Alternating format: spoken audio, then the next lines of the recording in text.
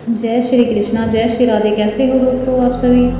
उम्मीद करती हूँ आप सब बहुत ही बढ़िया होंगे दोस्तों। आपके इष्ट, आपके प्रभु, आपके राधे की कृपा आपको सदैव और सदैव बनी रही, यही मंगल कामना करती हूँ दोस्तों। चलिए दोस्तों, आज हम बात करेंगे कि गरुड़ पुराण अगर हम जीवित अवस्था में सुनते हैं, पढ़ते हैं तो उसका हमें क्या क्या बेनिफिट मिलता है। और साथ ही साथ हम जानेंगे कि जो आत्मा एक शरीर को छोड़कर अपने शरीर से पृथक होकर जो वैकुंठ की यात्रा कर जाती है, उस आत्मा को इस पाठ का क्या बेनिफिट मिलता है। आखिर क्यों पंडित जी इस पाठ को करते हैं दोस्तों, और हमें इस पाठ को क्यों सुनना चाहिए।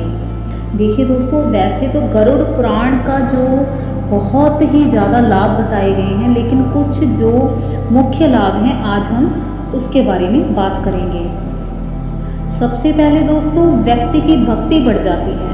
गरुड़ पुराण का पाठ सुनने से व्यक्ति के अंदर इतनी भक्ति बढ़ जाती है, वो भक्तिमय हो जाता है, उसे ईश्वर ही ईश्वर दिखाई देता है। वो चाहता है कि वो अपने जीवन में भक्ति करे और अपने जीवन को सार्थक करे। कहते हैं कि इसका पाठ सुनने से यज्ञ जितना जो पुण्य है वो घर बैठे प्राप्त हो जाता है। इसका पाठ सुनने से इंसान में तपस्या करने की क्षमता आ जाती है और तपस्या करके वह ईश्वर को प्राप्त कर सकता है।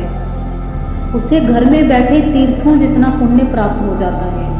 वो जितनी भी पाठ पूजा दान पुण्य करता है, वो केवल एक गरुड़ पुराण की कथा सुनने से ही उसे प्राप्त हो जाता है। उसके जीवन में वैराग्य जो है वो आ जाता है।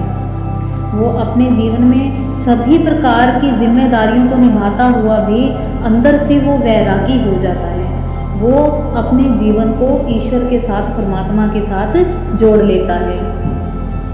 इसका पाठ सुनने से मनुष्य को ज्ञान की प्राप्ति होती है। जीवन में त्याग कैसे करना है ये उसे पता लग जाता है।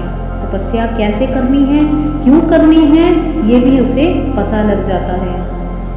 आत्मज्ञान की उसे प्राप्ति हो जाती है। जीवन में सदाचार के साथ और ज्ञान के साथ कैसे जिया जाता है ये उसे पता लगने लग जाता है।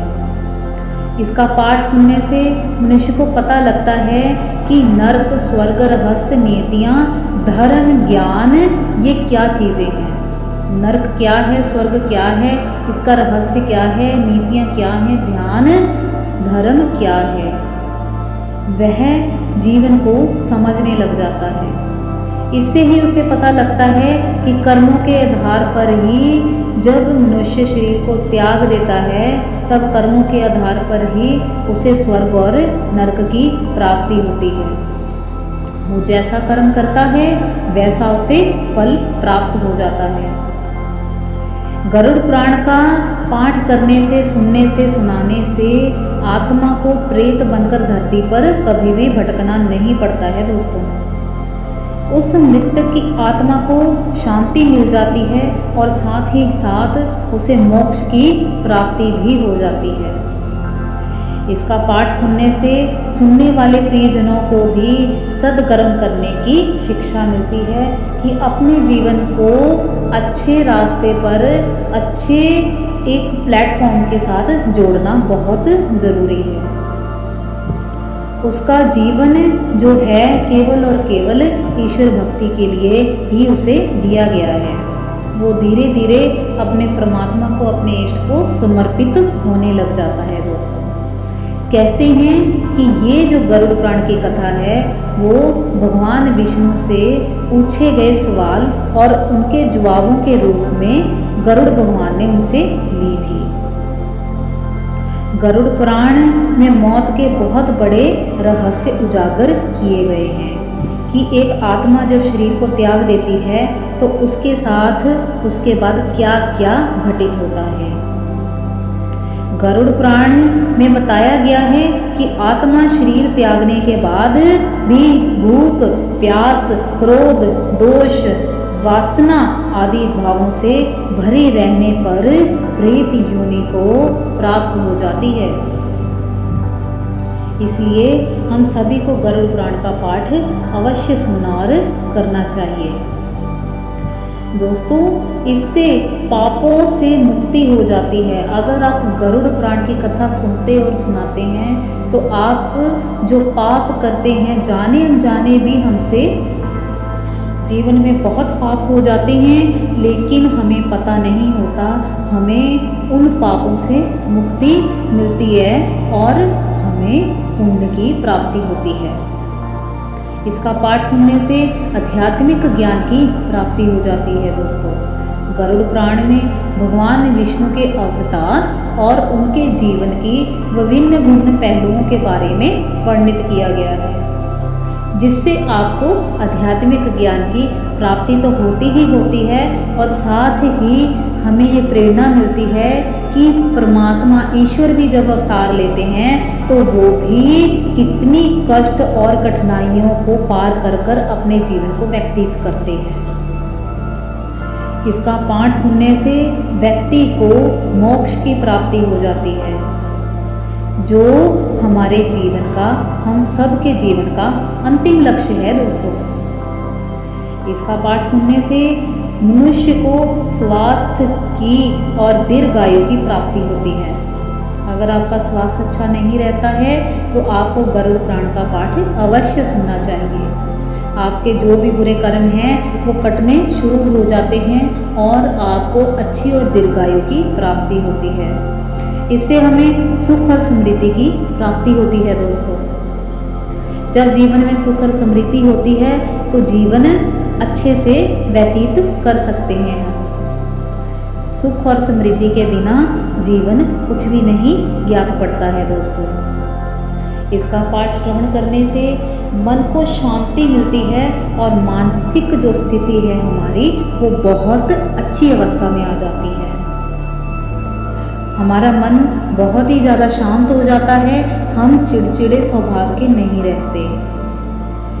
दुनिया, ज़माना, परिवार और हमारे जो भी जान पहचान वाले व्यक्ति हैं वो कुछ भी कहें, कुछ भी करें, हमें उससे कोई मीनिंग नहीं रहता है। दोस्तों, हम अपनी ही धुन में मस्त मगन अपने इष्ट, अपने आराध्य के ख्यालों में खोए रहते हैं।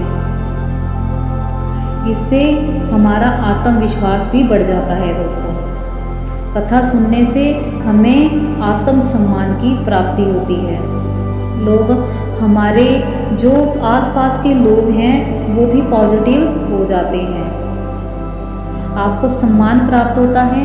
आप जहाँ भी जाते हैं, आप कोई भी चीज़ प्राप्त करने के बाद कभी भी उस चीज़ का घमंड नहीं करते हैं। दोस्तों, क्योंकि आपको मालूम होता है ये जो जीवन है ये क्षणभंगुर है।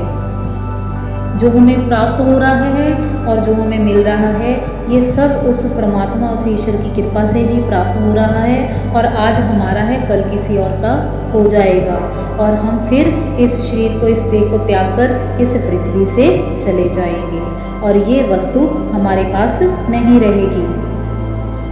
इसलिए गरुड़ पुराण की कथा सुनने से हमारे जो व्यक्तित्व में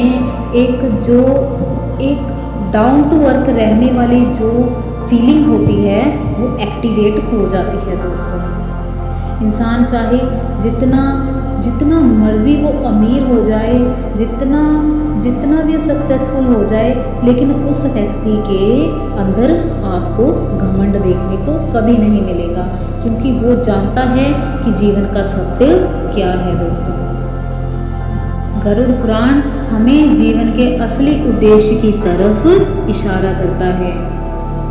हम जीवन भर केवल और केवल मोह माया के पीछे भागते रहते हैं।